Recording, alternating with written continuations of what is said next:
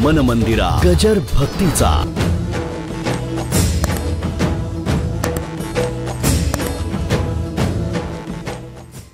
शेजारचे कोणी बोलले नाही तर दुःख वाटत नाही, पण नवऱ्याने सहज बघितलं नाही तरी व्यथा होते. घरात आल्या आल्या पत्नीची अपेक्षा असते की आल्याबरोबर त्यांनी माझ्याकडे बघावं. एकदम जर डायरेक्ट चप्पल काढून बेसिनकडे गेला, का हो मी रस्त्यात उभे नव्हते बघितलं नाही. लक्षात घ्या, व्यथा व्यथा आहे.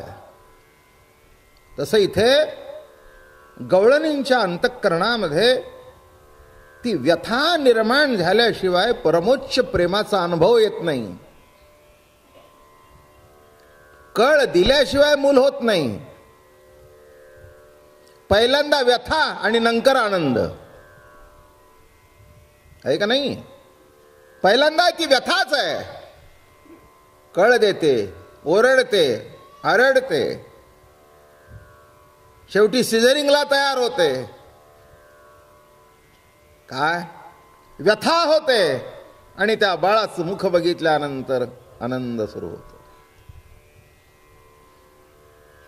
म्हणून लक्षात ठेवा, जिथे प्रेम आहे तिथे व्यथा आहे.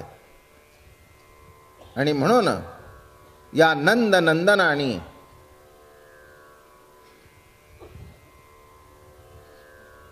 व्यथा दाखवली भक्तीतली, प्रेमातली, की त्याशिवाय एक तुम्हाला सांगू का, व्यथेमध्ये मनुष्य त्याची अशी एकरूप होऊन जातो.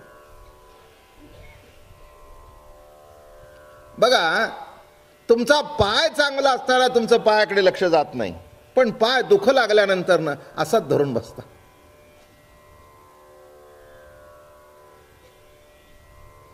म्हटलं का अगदी गुडगा धरून बसलाय. म्हणला धरू नव्हतो का, काय करू, दुखतोय ना. म्हणजे कळलं का, जेव्हा दुखत नव्हता तेव्हा त्याच्यावर हात सुद्धा फिरवला नाही, आणि दुखू लागल्यानंतर धरून ठेवला. तसं प्रेमामध्ये जेव्हा व्यथा निर्माण होते तेव्हाच त्या प्रेमाला आपण धरून ठेवायच्या मागे लागतो. निरनिराळ्या तऱ्हेने तुम्हाला जेवढं मला काय देव सुचवेल तेवढं सांगतो. असं काही जास्ती काही तुम्ही म्हणाल महाराज महाराज फार तुमचा अभ्यास, कशाचा अभ्यास आलाय, ध्यास आहे. अभ्यास वगैरे नाही, पण ध्यास आहे की रोज तुम्हाला काहीतरी नवीन सांगावं, रोज तुम्हाला काहीतरी विशेष सांगावं. आणि इथे येताना इथे बसलं की काहीतरी असं बाहेर पडतं की पुढचं प्रवचन 1 तासाचं होऊन जातं. देवाची मोठी कृपा आहे. आणि एक सांगू का, आत्ताच मी कोणाला तरी म्हटलं, तुमची श्रद्धा असली की नाही घडतं. तुमची श्रद्धा आहे की बाबा महाराजांचं ऐकावं, त्या श्रद्धेमुळे ती श्रद्धा माझ्या मुखातून बाहेर पडते, दुसरं काही नाही.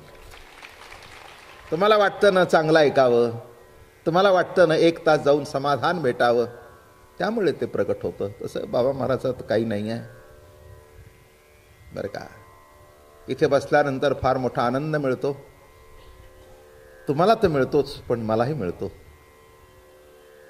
मलाही मिळतो, जरूर मिळतो. आणि मिळतो म्हणून कार्यक्रम करतोय, नाही तर तसं काही आवश्यकता नाही. देवाच्या कृपेने अपने मंदिर में बैठ बैठ करतेही करू शकेन. पण 2 गोष्टी आहेत. माणसं जोडली जातात, माणसांचे संसार सुखाचे होतात. एखाद्याच्या जीवनामध्ये परमोच्च दुःख आलं असेल तर श्रद्धेच्या माध्यमातून ते निवारण होतं, त्याला कुठेतरी वाटचाल सापडते. माणसं माळा घालतात, माणसं वारकरी होतात, बुडलेले संसार असे वर तरुण निघतात. पुष्कळ झालं. तेवढी योग्यता आहे का नाही, तेवढी लायकी आहे का नाही, तेवढी माझी ताकद आहे का नाही. माझी ताकद बिलकुल नाही आहे, पण ताकद हरिकथेची आहे. जी ताकद आहे ती हरिकथेची आहे. एक लक्षात ठेवा, ज्ञान साधन आहे, परमात्मा साध्य आहे. कर्म साधन आहे, परमात्मा साध्य आहे. योग साधन आहे, परमात्मा साध्य आहे. आणि श्रवण हे साधन नाही, श्रवण ही भक्ती आहे. बोलणं नीट कळतंय का तुम्हाला? काय म्हटलं मी? नवविध भक्ती मधले पहिली भक्ती कोणची आहे? म्हणून तुम्ही हे साधन करताय का? नाही, ही भक्तीच आहे. हे मूळ मुद्दा लक्षात घ्या. काही ना काय वाटतं की आम्ही ऐकायला, नाही नाही, ही हरिकथा, ही श्रवण भक्ती घडते तुमच्या हातून. ज्ञानाला साधन म्हटलंय, परमात्मा साध्य आहे. जप तप करणं हे साधना आहे, परमात्मा साध्य आहे. इथे नाही, श्रवण ही भक्ती आहे. आणि म्हणून इथे परमात्मा, जिथे हरिकथा चालू आहे तिथे परमात्मा प्रत्यक्ष आशीर्वाद देण्याकरता उपस्थित असतो. फक्त तुमची श्रद्धा पाहिजे. नसेल तर दिसायची नाही. म्हणून लक्षात ठेवा, श्रवणाला कधीही साधन म्हणू नका. ही भक्ती आहे, अलग लक्षात. आणि जसं जसं आपली श्रवण वाढतं म्हणजे भक्ती वाढते, तसा एक एक विषयाचा उखाल होतो, एक एक पाकळी खुलत जाते. पहिल्यांदा श्रवणाच्या मिसे बैसावे, येऊन बसा. मग एक रोप लावलं, मग त्याला रोजच्या श्रवणाने पाणी घातलं, मग 1-2 पानं आली, जरा झाड वाढलं. कालांतराने एक कुठेतरी कळी आली.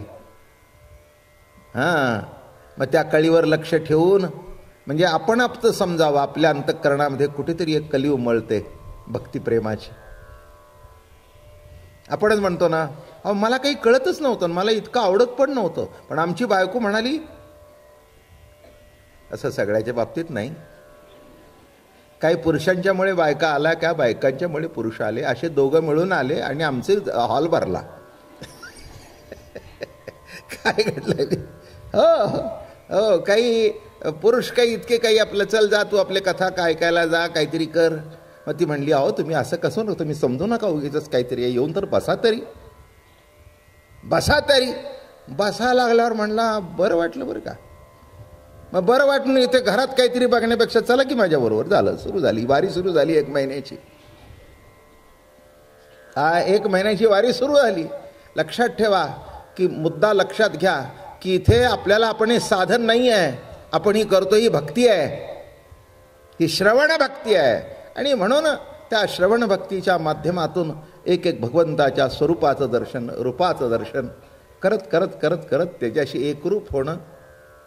शेवटी एक दिवस आयुष्या शेवटी पायासवे भेटी.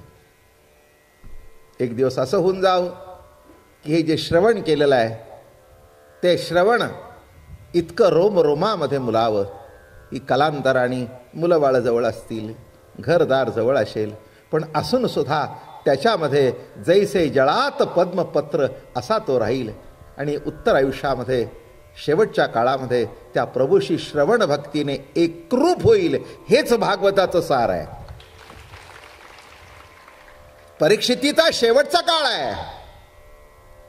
मी काय बोलतो लक्षात आला का मुद्दा? परीक्षितीचं आयुष्य संपलेलं आहे. 7 दिवसाचं आयुष्य बाकी आहे. पण 7 दिवस श्रवण केलेलं, भक्ती घडली त्याच्या हातून. आणि भक्ती नुसती घडली नाही, संताचे संगती मनोमार्ग गती. शुक महामुनीच्या संगतीमध्ये ती भक्ती घडल्या कारणाने अंतकाळाच्या वेळेला देवाचं स्मरण करण्याची गरज नाही आहे. तुम्ही म्हणाल, बाबा महाराज शुद्धीवर आहात का? पूर्ण. हे जे सगळे सांगतात ना अंतकाळी स्मरण कर, बिलकुल तुम्ही करू नका. इथल्या कोणीही देवाचं स्मरण करू नका. लिहून ठेवा माझं. आज बाबा महाराजांनी असं सांगितलं 21 तारखेला की देवाचं स्मरण करू नका. आणि खाली लिहा, त्यांनी पुढे असं सांगितलं, रोज जर तुम्ही माझं स्मरण कराल तर अंतकाळाच्या वेळेला मी तुमचं स्मरण करीन. हे लिहून ठेवा. आयुष्यभर जर तुम्ही माझं स्मरण कराल तर शेवटी मी तुम्हाला कसं विसरीन? अरे मला कळत नाही का? अंतकाळाच्या वेळेला वात पित्त कफ याचा असर असतो. वात आहे, पित्त आहे, कफ आहे, असर असतो. बुद्धी चालत नाही. अशा वेळेला तू माझं स्मरण कसं करशील? पण नित्य नेमाने तू श्रवण केलंस, माझं चिंतन केलंस, काळजी करू नकोस. शेवटी मी तुझ्या समोर येऊन उभा राहील. हेच श्रवण भक्तीचं श्रेष्ठत्व आहे. याच्या करता परीक्षिती राजाला सांगितलं, ऐक राजा, तू नुसतं ऐकत राहा, तू श्रवण करत राहा, पुढची चिंता तू करू नकोस. पण नुसतं चिकित्सक म्हणून येऊ नकोस. मनोभावे ऐक.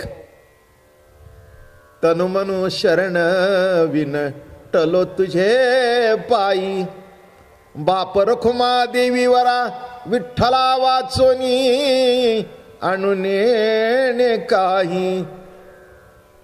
तनु मनु शरण विनटलो तुझे पायी. तनु मनु शरण ये. बस लक्षात ठेवा, नुसती साधना म्हणून करू नका.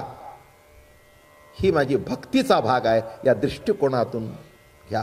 इथे देव भेटायचा नाही, देवाच्या प्रतितीची जी कळी माझ्या झाडाला लागलेली आहे ती रोजच्या श्रवणातून उमलावी आणि एक दिवस असा फुललेला गुलाब व्हावा त्याचा. एवढंच हेतू आहे बरं का. इथे देव बिव भेटायचा काही नाही आहे. देव भेटायचा कोणी जरी इथे म्हणला, रागवीन मी तुम्हाला. कसा देव भेटायचा म्हणता? जो कधी तुम्हाला सोडूनच गेला नाही तो कसा भेटणार बाबांनो. मन मंदिरा गजर भक्तीचा.